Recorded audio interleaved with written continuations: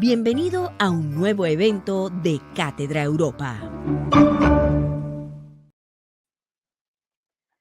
Good morning and good evening. On behalf of the 24th edition of Cátedra Europa of Universidad del Norte, we welcome you to the lecture, British Railways in the 19th Century in Colombia. Today, we have the special participation of Dr. Andrew Primer from University of Reading. Dr. Primer has a bachelor's degree in history of University of Wales, Swansea, a master's degree in history from Universidad Nacional de Colombia, and a PhD from University of Bristol. He has published 2 articles stemming from his research on the economic history of railways in Colombia, one with Revista de Historia Económica, another with Business History. In 2020, he was awarded a research grant from the British Academy for a project on the history of British overseas railways in Latin America and Portuguese Africa, which is scheduled to be completed in October 2023. We also have the special participation of Dr. Adolfo Meisel, rector of Universidad del Norte. Dr. Meisel has a PhD in economics from the University of Illinois, a master's in sociology from Yale University, and a bachelor's degree in economics from Universidad de los Andes. He served as co-director of the board of directors of Banco de la República. He has extensive experience as an economist, historian, and has focused his research on the economic development of Colombia and its Caribbean region. I will now leave you with Professor Iván Luzardo, who will be moderating this session. Welcome. Good morning. I am delighted to introduce Andrew Primer into Cátedra Europa. Andrew is an excellent scholar who has researched on this topic for many years. I think that his research actually is a good intersection between economic growth, transportation, history of finance. So it has different elements that all together give us a better picture of Colombia development in the 19th century. So I am delighted to having you here, Andrew. Welcome to Uninorte and welcome to Cátedra Europa. Please, floor is yours. Thank you. Thanks for the opportunity to present my research here today. I guess I should just get straight ahead and share the presentation.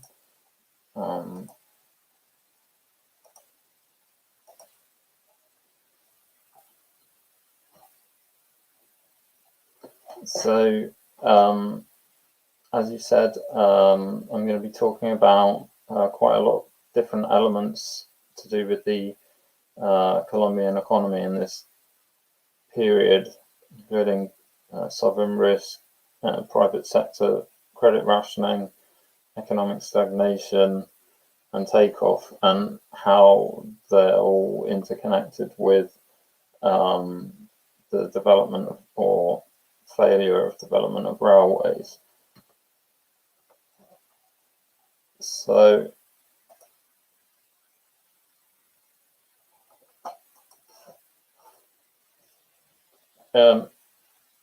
talking about the present historiographical consensus with regards to railways, one could argue that it pretty much is accepted, or until very recently was accepted, that railways were not particularly important to Colombian economic development. You have an idea stemming back from Rippey, they termed the Danza de los Millones, that the railways were kind of like a white elephant. They didn't really help all that much, but used quite a lot of capital which could have been invested elsewhere in the economy. Then you have the argument of Safford, which kind of draws from the geography is destiny hypothesis, which basically explains the lack of railway infrastructure on Colombia's geographical factor endowments, which is effectively a theoretical standpoint from the book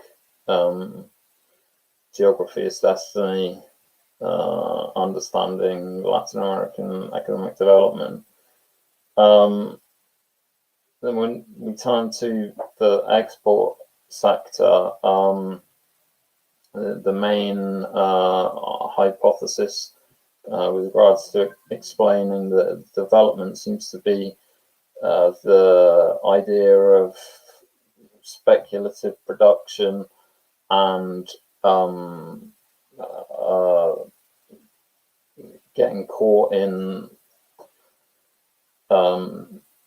waves of demand and then fall in demand, which caused stagnation.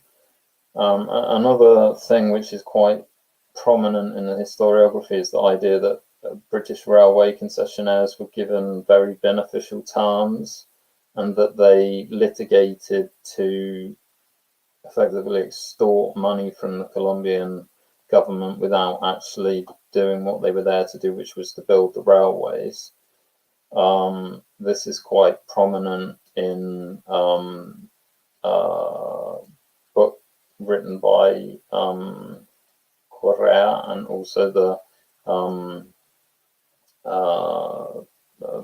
book written on railways by Teresa Ramirez. Another strong consensus within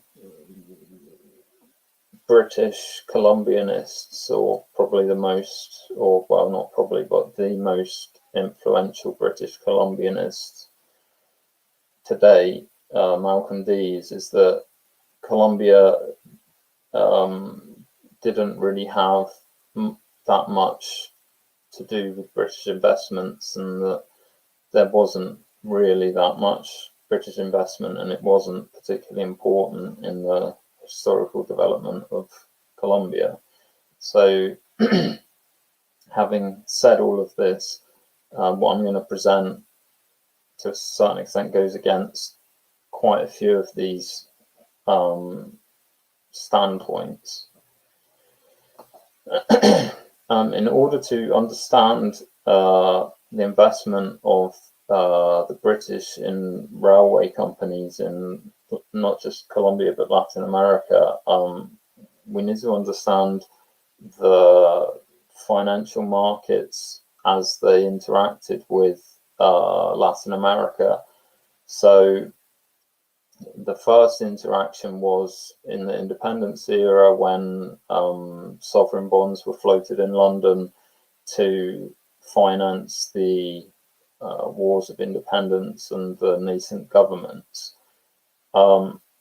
In this first issuance of bonds, Colombia was especially burdened by this debt because the value of the bonds was a lot greater than any of the other countries in the region, both in terms of nominal value per capita and value as a proportion of annual exports, which put Colombia in quite a difficult position. Problem with this is that a lot of economic historians have kind of assumed that because Colombia was in this position at the start of the 19th century and towards the middle of the 19th century, that it explains the subsequent lack of investment in the final years of the 19th century. We also need to understand that the way that Colombian governments managed their sovereign debt and managed their relationship with the British capital market changed over time. Colombia was not always a defaulter, even though it did spend the majority of the 19th century in default. Despite the fact that its debt was very great, during the liberal era, the Barings Bank on Colombia's behalf managed to get a very successful agreement in place with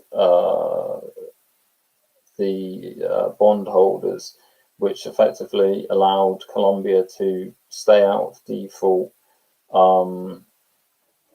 And it was the view of the committee of bondholders that if Colombia were to continue in the way that it was acting towards the British capital market, that it would be a surefire certainty that capital would flow into the private sector.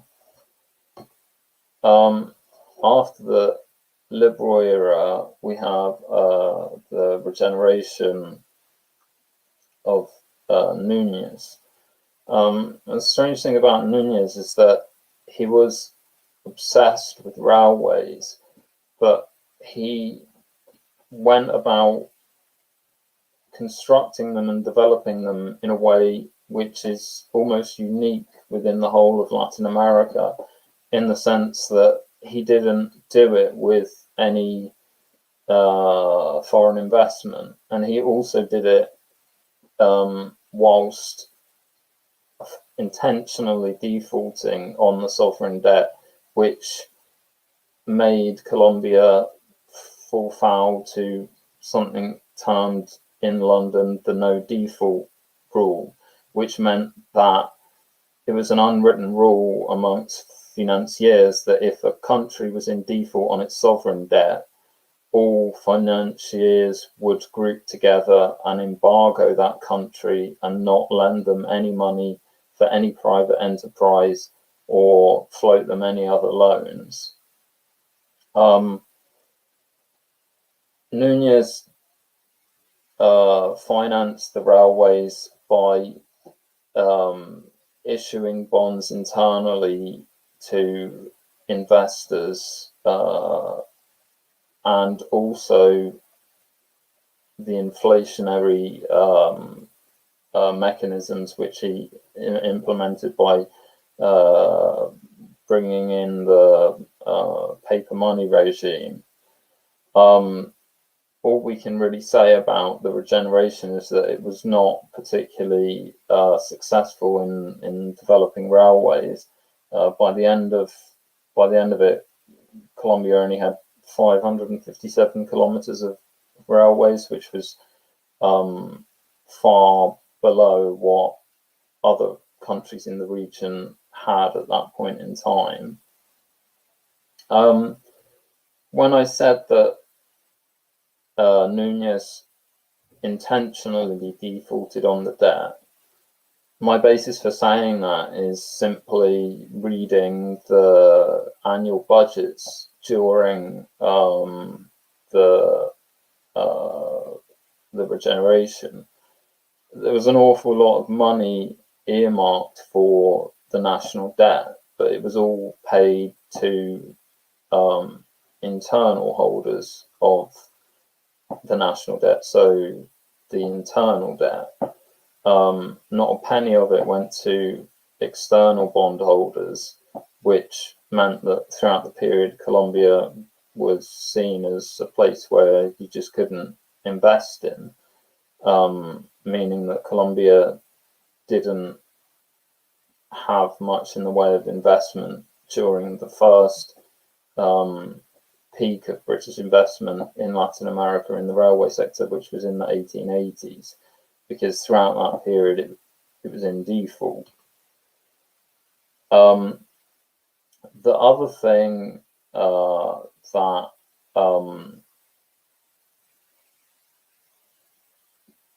economic historians have argued or assumed, as I said at the start, was that Colombia was during this period was still under the cosh of huge debts that it couldn't afford.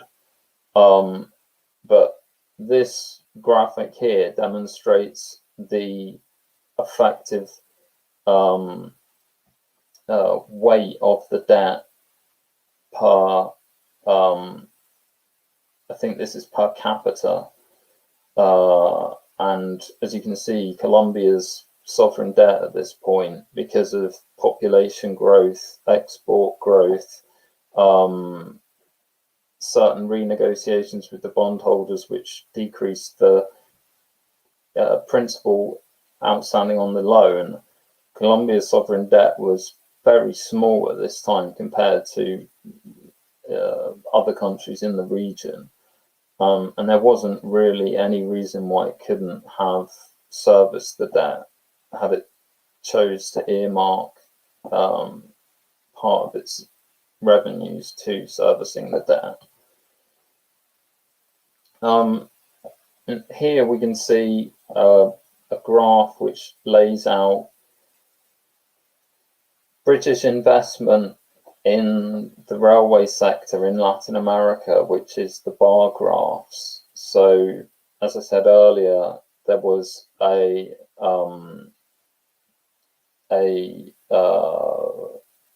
boom in the 1880s, and it's color-coded pink to show when Colombia was in default. Well, Colombia was in default during the period when Mexico, Argentina, and Brazil were building their railways with foreign investment. And during this period, none of those countries was in default. They were all paying their sovereign debt, which allowed them to raise fresh loans on the London Stock Exchange or float London-based railway companies. Mexico remained in default until the early 1880s, when Porfirio Diaz managed to get the country on an even keel. And you can kind of see the drastic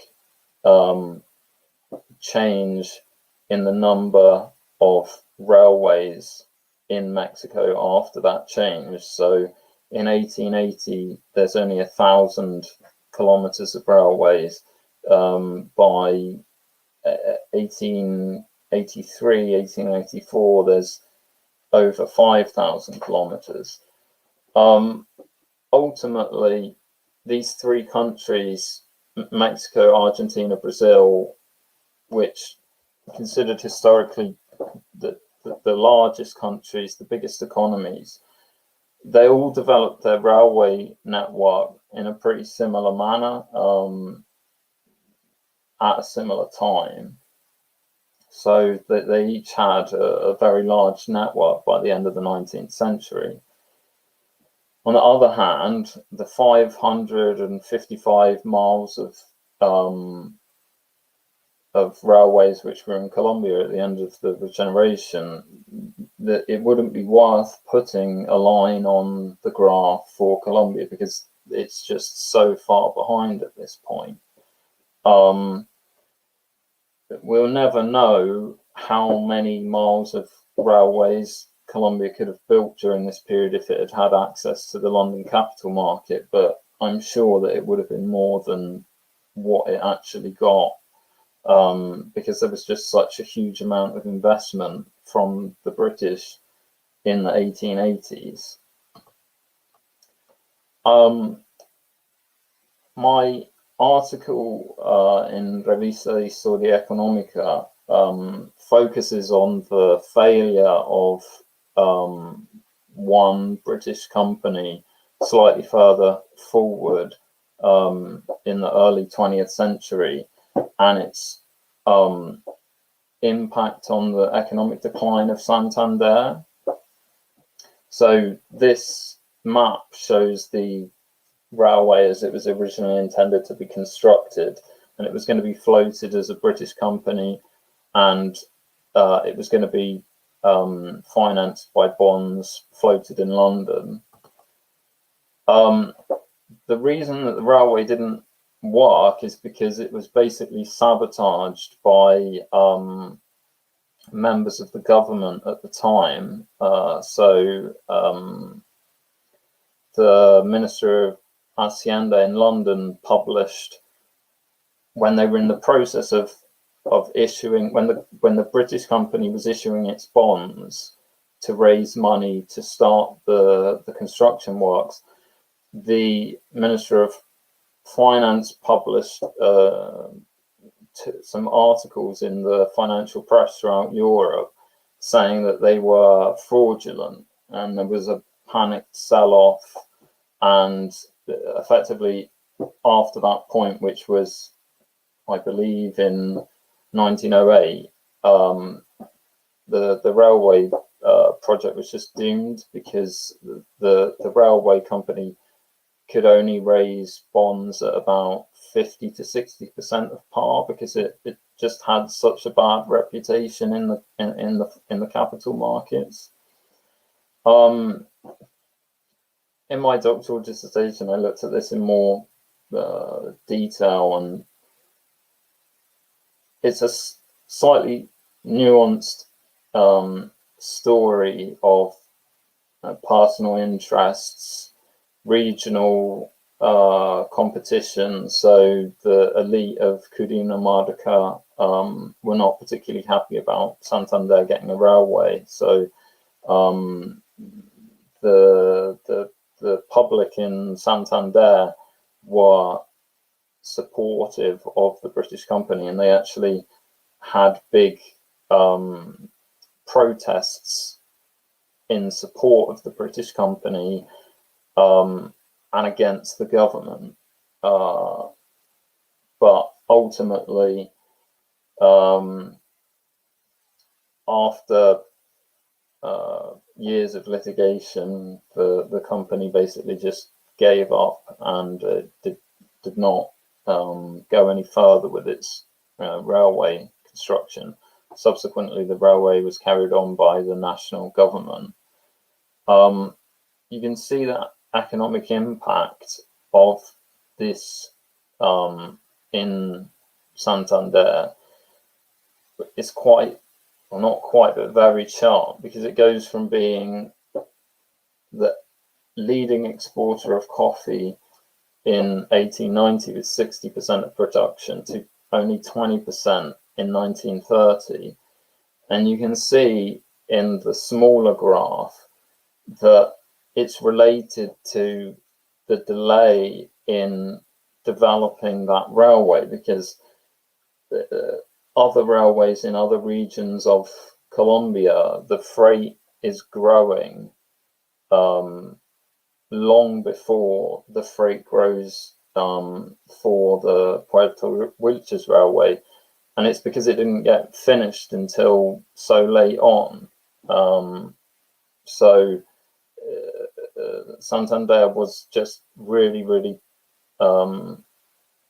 in a poor position to compete with the other regions as a result of having lost the British company, which was going to build the railway there.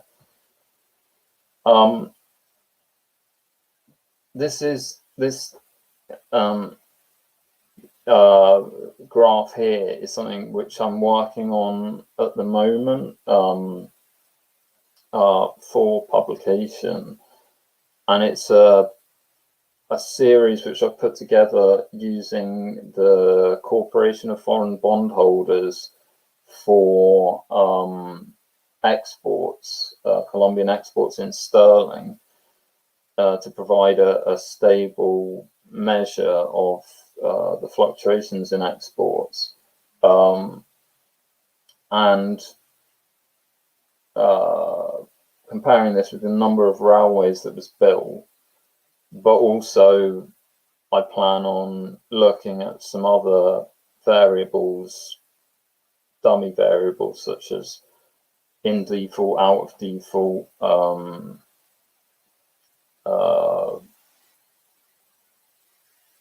government in place, etc., and doing some statistical analysis of some regressions.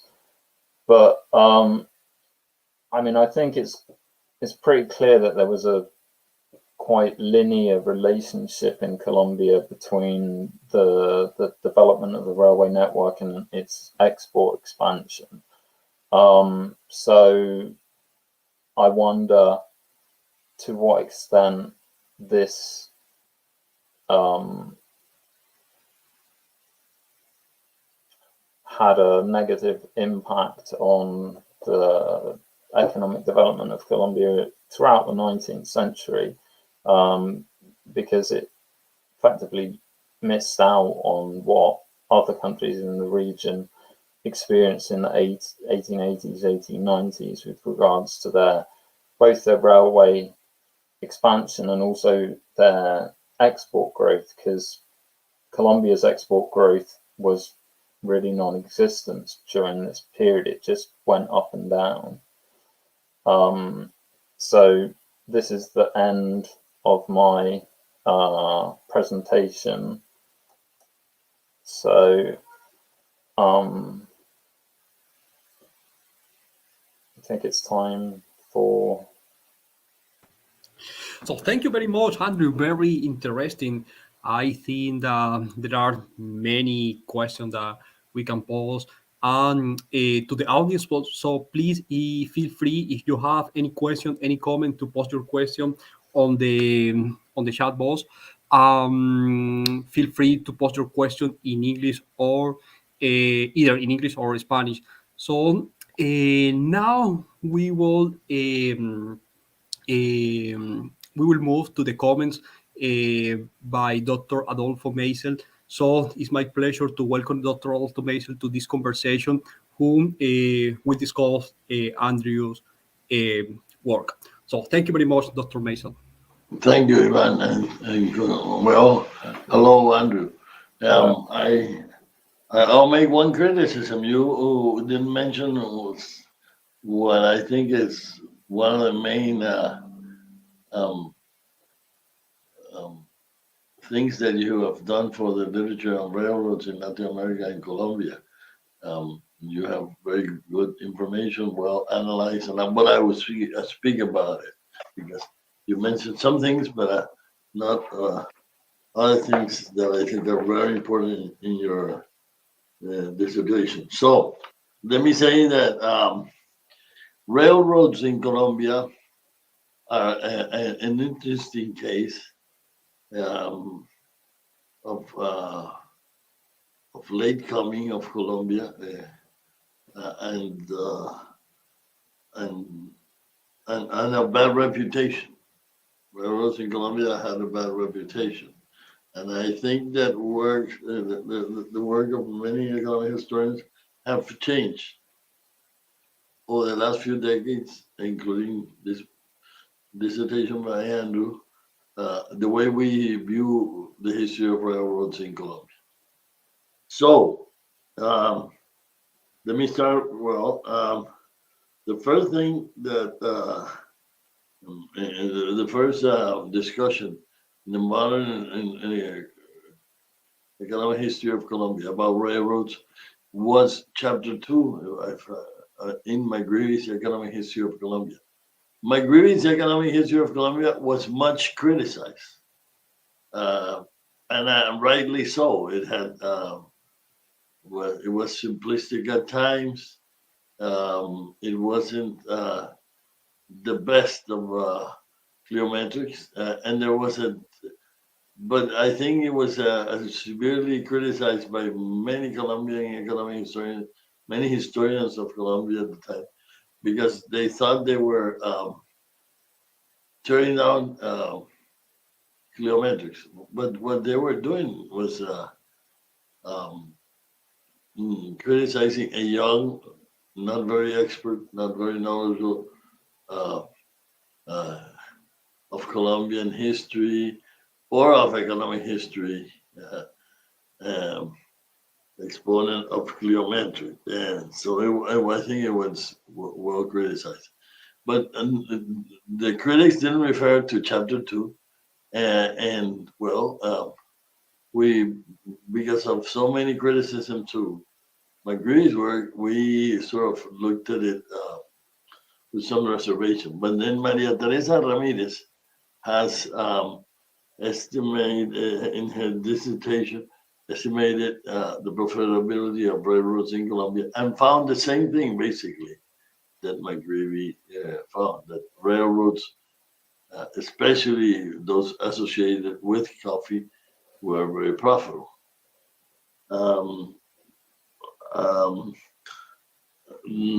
Then I will mention Andrew's work.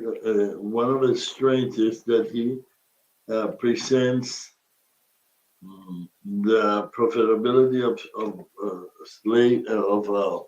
of railroads in the initial years, something we didn't have information on, and he has obtained this information from primary sources, and I think this is very interesting. I'm trying to find where it is in this copy I have. But for example, the railroad from Barranquilla to Sabanilla was here it is, the Colombian Northern Railway. No, this is not Sabanilla. Sorry.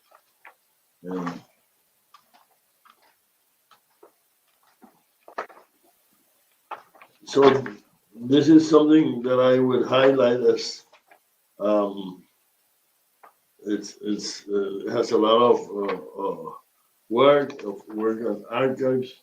So I would highlight this as an important contribution by Andrew, which he has not mentioned, and he has been modest in that sense of not mentioning the importance that it has for our knowledge of the early years of railroads in Colombia. And consistently, we find that they were very profitable, much with a rate of returns that could be around 10% or more, which was more than the opportunity cost. Here, I'm going to here I have the one for but the railroad from United Fruit was never profitable. That was a different story because it was a problem of the contract. The United Fruit had a contract with if they had profits, they would have to pay a lot of money to the government. So what they did, they always had losses year after year. But this is because they undercharge the rates they charge for transportation of bananas, which was for their own profit. So this was a case of a bad contract, which was used to their advantage by the United Fruit Company. And this was the reason that specific line, which was in reality profitable, in paper it was not profitable. So here I have Barranquilla, Sabanilla.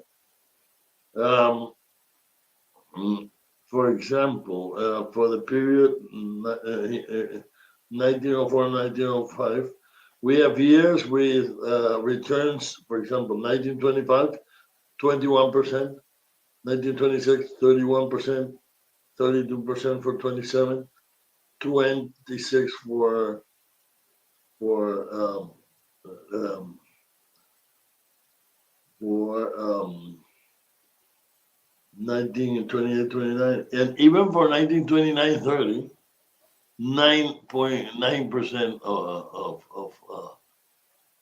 of return. With deflation that we had in 1930, this was even higher then. So this is very highly profitable line.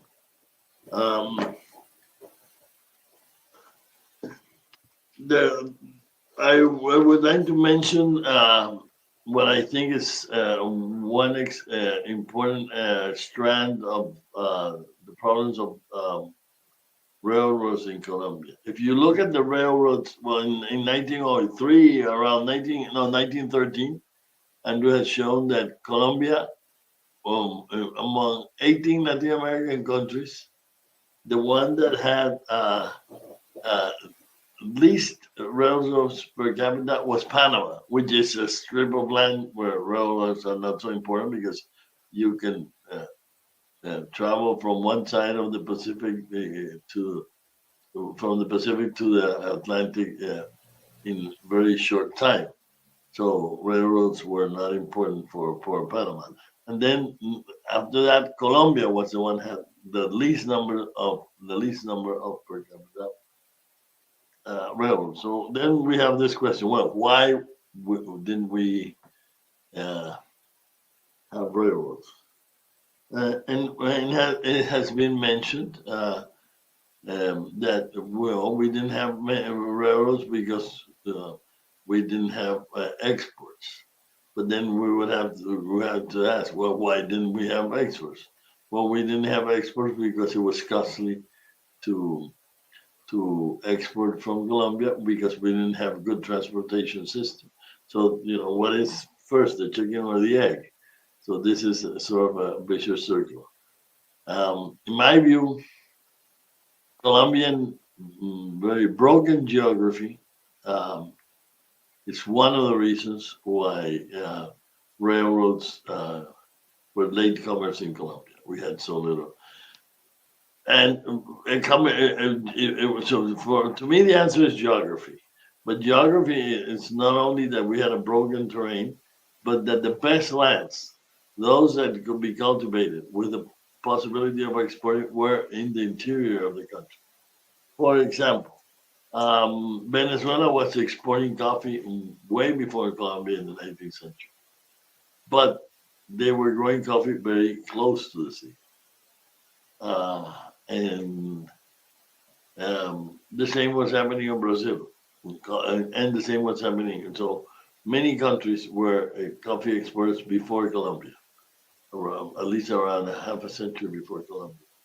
So transportation costs were a big obstacle. And then this discussion, well, why no exports in the 19th century in Colombia? Why did it do? We basically were exporting per capita term at the end of the 19th century, more or less the same we exported at the beginning of the And well, Andrew has mentioned Jose Antonio Campo as an explanation, has the explanation that we weren't exporting because exports were going on in a cycle of export speculation. But to me, that's not an explanation. To me, that is a correlation. To me, that's a result. If we weren't successful in having a stable export sector, whatever you exported was marginal. If there was a boom in the price of anything in the world, like it happened with cotton during the U.S. Civil War, then you could cover the tremendous costs and obstacles you had, and then you export it. But this is a result, not an explanation for me.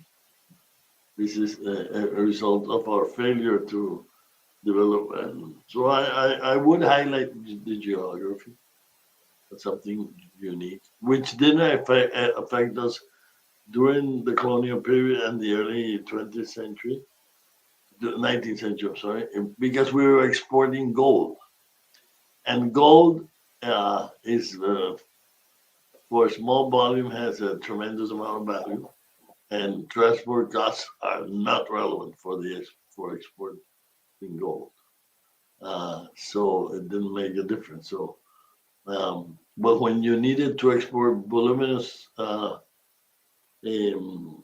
products like coffee, then transportation costs were important. And I end up by mentioning the work of Marco Palacio, who has shown that in the late 19th century, a big part of the cost of taking of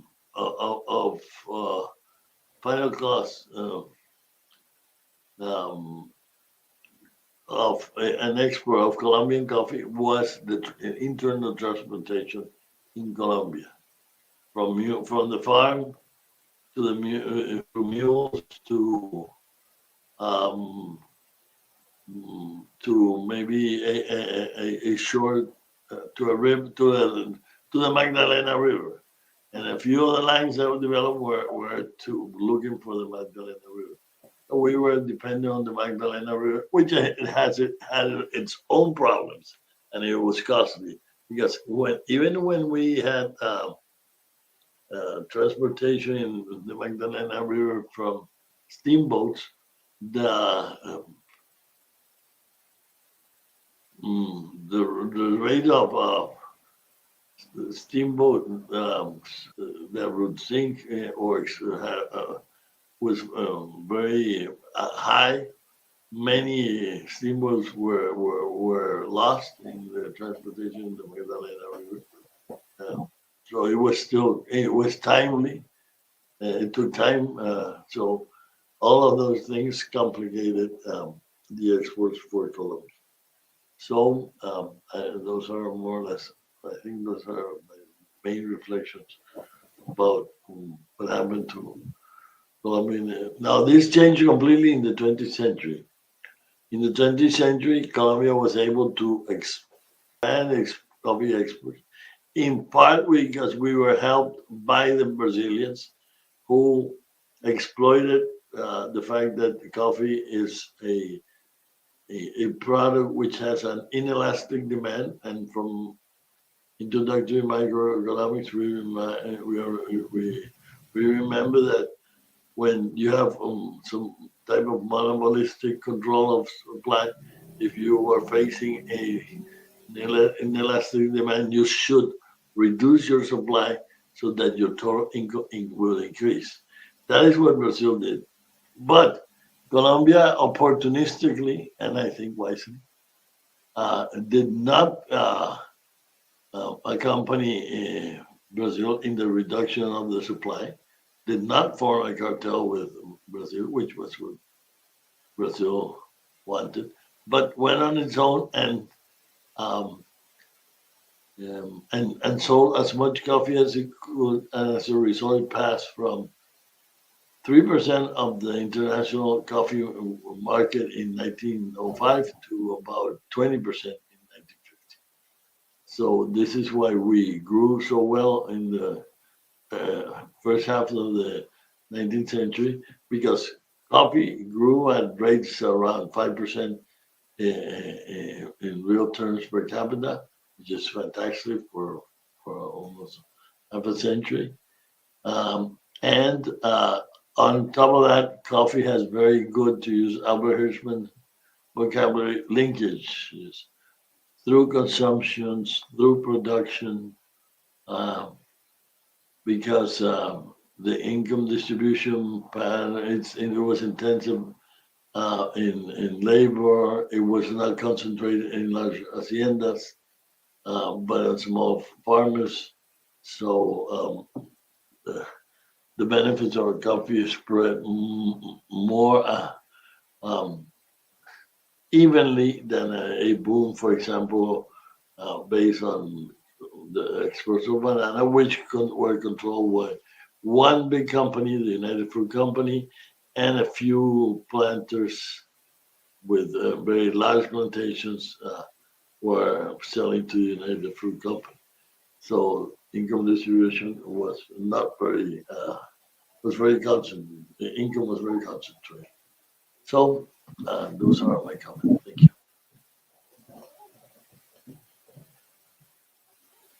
Thank you for your comments. Yeah, I pretty much agree with all of them. With regards to the profitability, that's more focused on in my second article with business history. So in that article, I actually use the internal rate of return and compare a single Colombian railway with some railways in other countries, and find similarly that the railway, which on paper didn't seem particularly profitable and actually ended up bankrupt, from a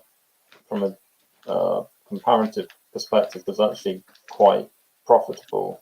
The difference in the Colombian case was that the bonds which this railway had had raised, there was not the same institutional support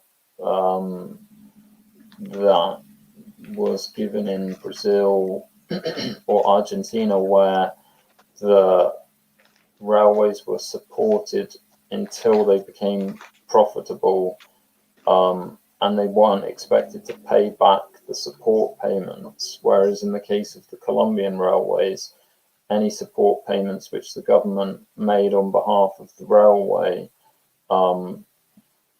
became a debt which actually accrued interest. So that paper is probably the best place to look in terms of the way that the profitability in Colombia and the way in which the institutional mechanisms to support railways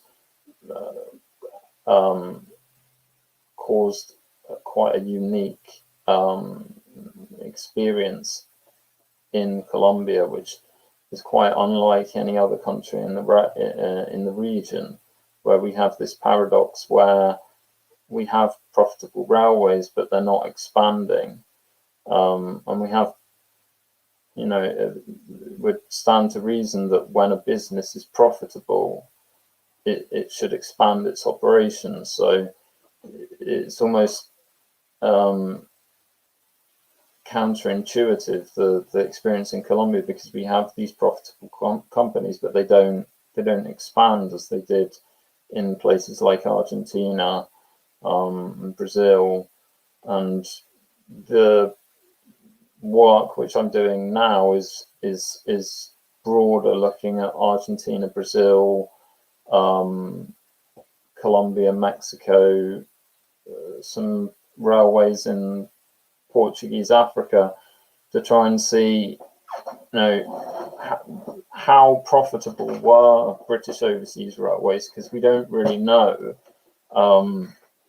because the work which has been done to date has basically been based on dividends, and you can't really, as I showed in my dissertation, you can't really tell how profitable a company is just by looking at its dividends, because dividends are something which is made on the basis of the decision of a board.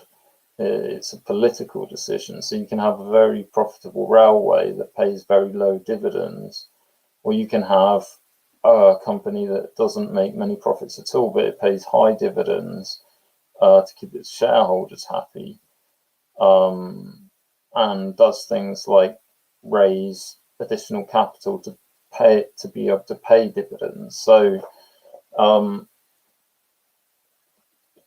this is kind of what I'm trying to do at the moment, is establish, now that I've looked at that there's this different experience than what we thought was the case in Colombia, trying to see, is the same true in other parts of Latin America and other parts of the places where British overseas railway investment occurred.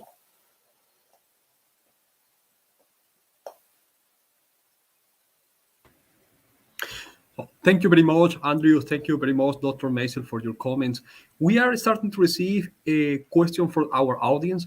We have a question by Jorge Mario Vasquez. So Jorge's question is about the regional impact.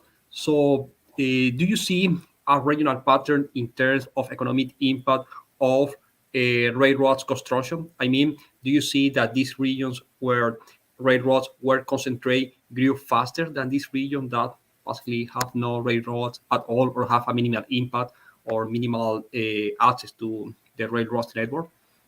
Yeah, so the article in Revista de Historia Económica goes into this a little bit, and the article in Business History looks at it as well, in terms of with the one with business history, it's looking at the Herodot railway and looking at the economic impact of that railway on the economy. And when we look at it from a micro perspective, we see that the impact, the regional impact of the railways was very, very high. Whereas when we look at it from a global perspective, in terms of Colombia, the impact is low. Because if we're measuring the social savings as a percentage of the entire GDP, it's low. But when we dial down to a local level and we're looking at the local economy, which is benefiting from the railway, we see that the benefits accrued are astounding to the extent that there was commerce which could not have happened without the railway.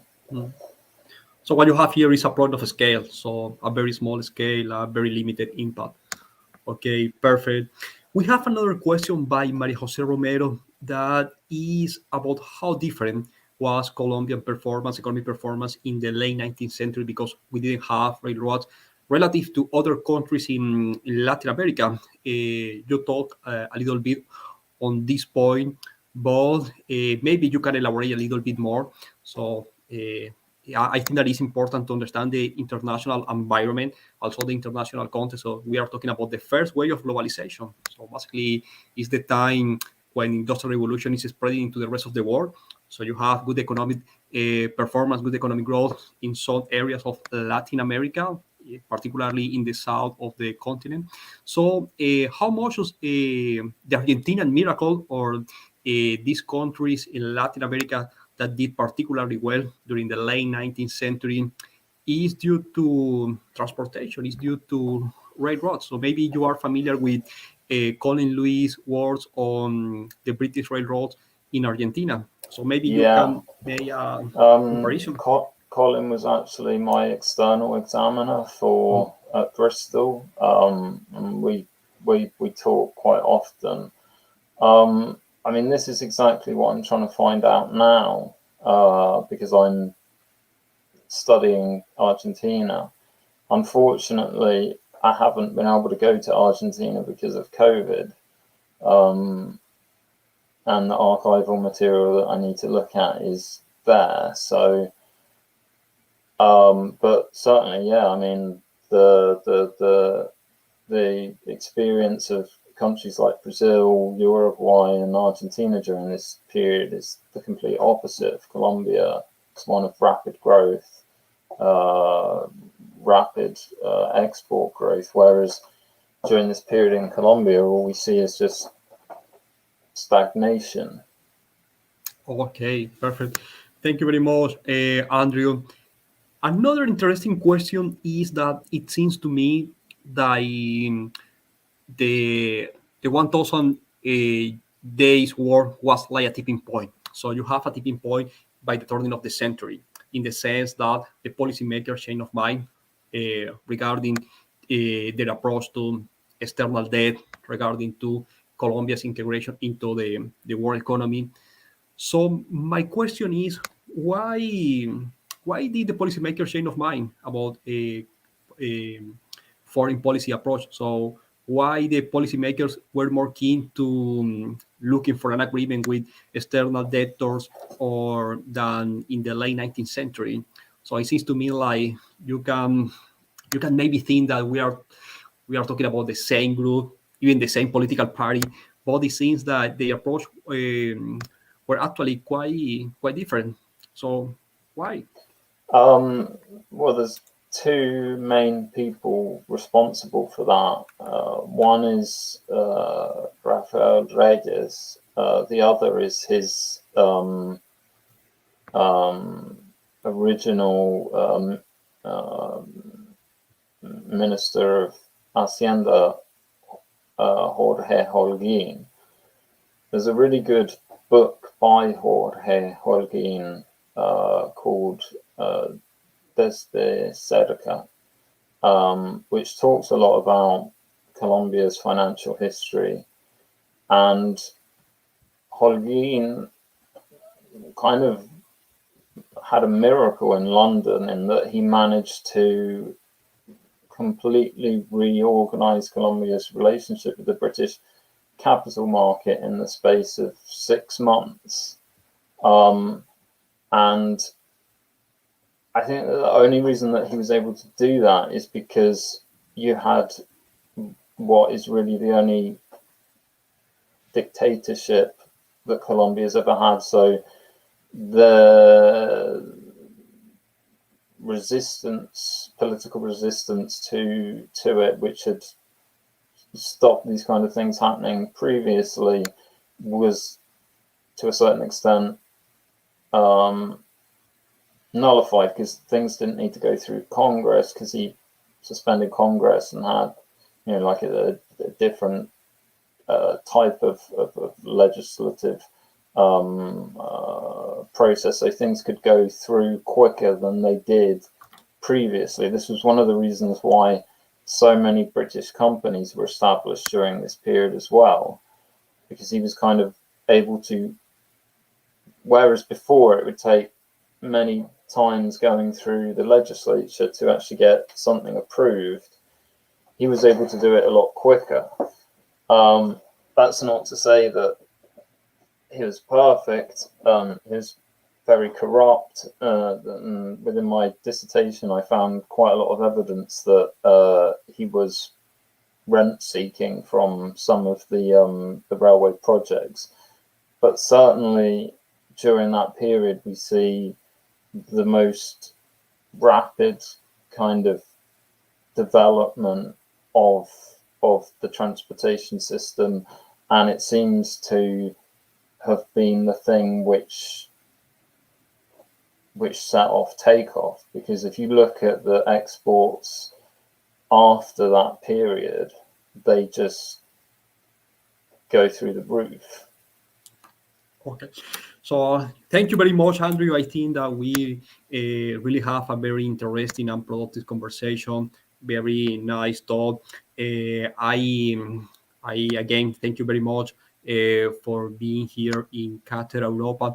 Thank you also for Dr. Maisel for his comments, and thank you to our audience to take part in this conversation. So my pleasure again, and hope to see you soon here in another event in Uninorte. Bye-bye. Okay, all right. Thank you very much. We thank our guests for their special participation and all our attendees for joining us in this session of Cátedra Europa. We also invite you to learn more about our fundraising campaign, Más Becas, that supports the education of talented students through scholarships. We invite you to click the donations button on the homepage of Cátedra Europa to know more about the initiative and make your donation. We also encourage you to stay connected to the rest of Cátedra Europa's events. Thank you and have a good day.